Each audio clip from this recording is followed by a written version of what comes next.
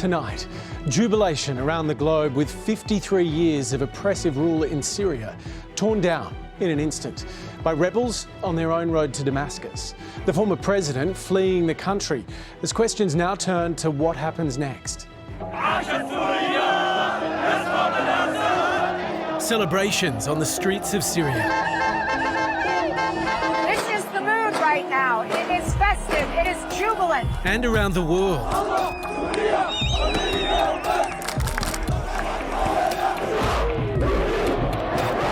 Including here at home. We are very happy, we are very rejoiced. This is the new Syria that we are looking for. We are the people, we are the power. 13 years into the civil war, 50 years of oppressive Assad family regime were brought to an end as rebel forces declared victory following an 11-day march across the country and into Damascus, forcing government troops to flee. Without barely a bullet being fired, like a hot knife through butter, all the way to the capital. It's historical, to say the least, because for at least 5 decades, there was only one party, one color, and one face. For Syria, people were not allowed to speak their mind, were not allowed to discuss corruption, power abuse, and all of that. As the former president fled to Moscow, pictures, statues, busts of Bashar al-Assad were destroyed and defiled, his palace ransacked. The one-man show has finished and gone forever. Al-Assad had been responsible for some of the worst human rights violations in living memory, including using chemical warfare against women and children. The Syrian people finally free. Political prisoners, some locked up for decades, reunited with friends and family. They can see the sun, they can see the morning, they can see the dawn for the first time. Families who have some of the people that were released, they were reported to be dead. So imagine what happiness and joy people have really experienced over the past 24 hours. Millions of displaced Syrians in refugee camps around the region finally able to come home. World leaders welcoming the regime change, but bracing for what comes next. These past few days have been historic. The days ahead will determine the future of this country. Let me urge all Syrians to prioritize dialogue, unity, and respect as they seek to rebuild their society. We are live from the lands of the Kulin Nation, and Syrian activist Dr. Rifaie Tammas, who fled the country in 2013, is here to give us his take on what is going on. Rifaie, how are you feeling about all this? I mean, how are you reacting to what's happening right now in your homeland? Thank you for having me. I'm literally over the moon. I couldn't be happier.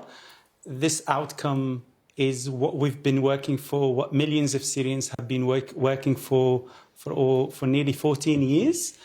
A lot of sacrifices along the way, a lot of lessons. We couldn't believe it. Just watching videos and images of families reuniting with each other, political prisoners being freed, the shelling, stopping and a lot across the country. This is a great win for Syrians across the world. This is a great win for the whole world. After so many years of tyranny, were you surprised at just how quickly the Assad regime fell? I think we were all very surprised, especially with the speed. However, in hindsight, now that we start reflecting and thinking about that process, it really shouldn't be a surprise, because we've always said that this is a corrupt regime that doesn't enjoy popular support. This is a regime that's like an empty shell, if you like, that's been relying on Russia, on Iran, on Hezbollah to stay in power. And once these actors were distracted or weakened, then the regime was isolated and just, couldn't even... we saw the collapse of the front lines. That tells you the level of misery that even Assad's soldiers and supporters were living under. Can you give us some insight into what it was like for you and your family living under the Assad regime? Absolutely. So I just remember stories of sometimes a friend of mine would just suddenly disappear. Maybe he didn't look like moderate enough to the regime. He looked like a suspicious person. And then we couldn't even ask about him because the moment you ask that question, that would draw suspicions on you. I guess like my brother, who was a university student at the time when the revolution started, he was arrested from his dormitory just because he was suspected of being a protester. He wasn't, believe it or not, but because he was in the same building as other students who were protesting, that was enough for him to be taken and tortured.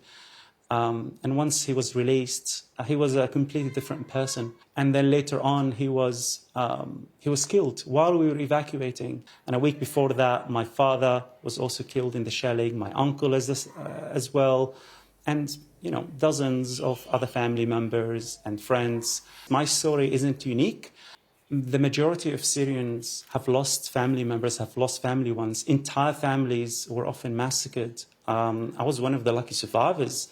My brother, when he was shot dead, he was right next to me. It could have been me. I probably wouldn't, be standing here in Sydney. I made it. Others didn't. We've seen everything from Assad. We've seen chemical weapons.